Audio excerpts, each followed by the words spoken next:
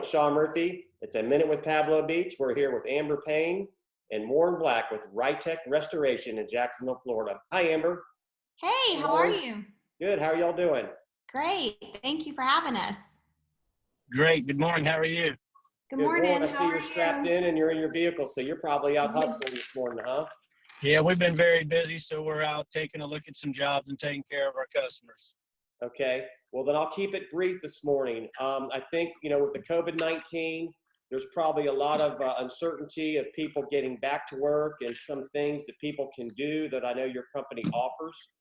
So can you tell us, how has the COVID-19 affected your operation at Rytech? Well, initially, it affected us in a manner that was more of being precautionary and understanding what was going on and customers' concerns. So right. We've tried to take the approach that our customers really always need our service. We're emergency service, so if someone has a flood in their home, they can't decide not to have us come out. So we usually do a quick interview on the phone with the customer and ask them if they've had any health issues or anyone in their homes had any health issues. And then tell them a little bit about what we're doing. Our technicians will arrive wearing PPE, so we'll have our respirators on. We're wearing gloves. If needed, we have Tyvek suits, and let them know if they have people in the house that don't need to be engaged with us, to keep everyone else separated as much as possible. Of course, we're not shaking hands. So we're just trying to make sure that we're taking precautions with safety in mind for our employees and our customers. Before and after every job, if we install any type of drying equipment or any equipment in the home, we're doing a disinfecting of the equipment. So we're taking the equipment out, wiping it down with an antimicrobial, cords, adding, changing filters every time. So we're minimizing any potential for us to cross-contaminate or move something from one home or one structure to another. Okay, so basically, I'm sorry, go ahead.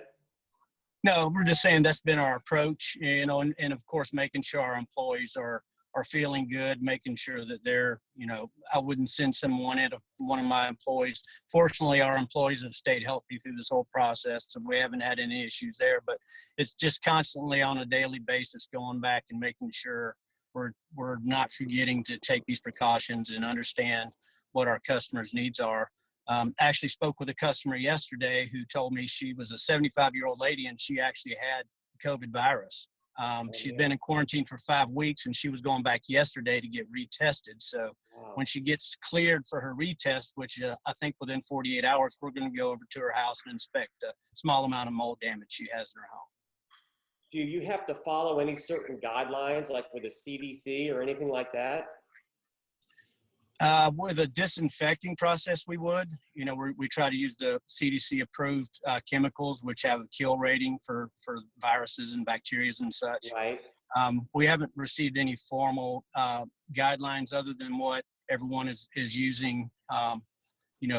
Separation, wearing your PPE, and distancing yourself as much as possible. And just like I described earlier, just making sure the customers are aware that they're not engaged with us, or if they don't need to be engaged with us, that we're just keeping our distance and doing our job and getting in and getting out as quickly as possible. Now, are you offering, as businesses start to open up and the guidelines with phase 1, phase 2, all the phases, do you offer weekly or monthly, or someone says, hey, Rytech, I need my office cleaned, or I need my office building cleaned, or whatever? Are you offering those kind of services? Yes, we are. And we're also doing that for automobiles as well. So we can go in and sanitize a car. We can also do a building, a structure, whether it's commercial or residential. And it would depend on the need for the customer. If the customer says, hey, I want you in here once a week, then we would try to work that into our schedule. We could do it weekly or monthly. So it really depends on the need. Right now, I think most people are wanting to do an initial cleaning.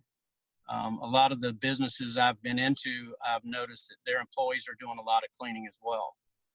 Like if you go get a haircut right now, those people are taking 15 minutes between customers to make sure they're sanitizing. So there's a lot of that going on internally. But we do offer that service as well. How long out are you on service? Go ahead, Amber. Go. I'm sorry.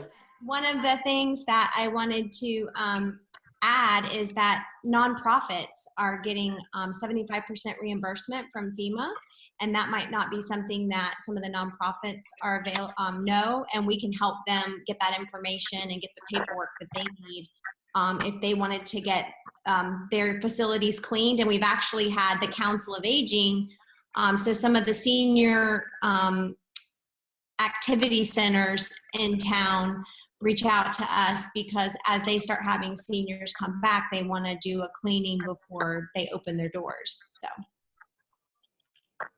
Okay, fantastic.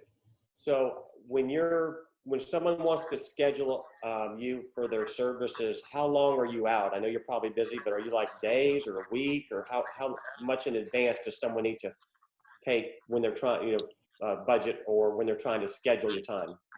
Yeah, right now, and that also depends on really the need. If somebody has a cleaning that needs to be done and it's going to be an hour for us to do it, then we could probably get to them within 1 or 2 days. Okay.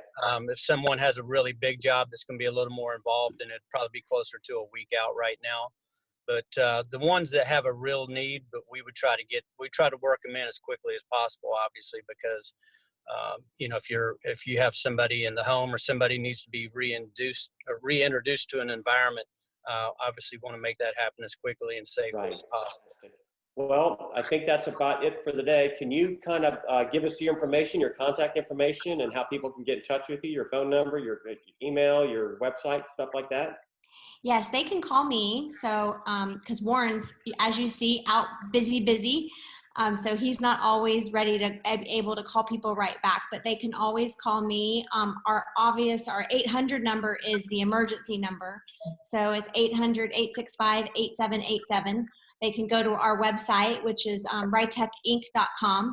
If they're interested in the cleaning services, they can go to rytechclean.com. So Rytech, RYTECH clean.com, and that talks about all the disinfectants and the sanitizations that we have available and all the proper PPE that our guys wear during that process. So all the specific information is on that link or that website.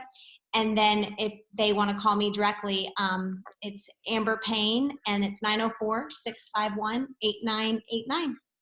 Fantastic. Well, Warren, thank you very much. Amber, thank you very much. Y'all have a great day. All right. Thank you, so Sean. much. Right. And Sean, thank you for all you do for your customers. It's really, really great seeing how active you are and how special you treat your customers. Thank you very much, Amber. Y'all have You're a great welcome. day. All right. Okay. Bye.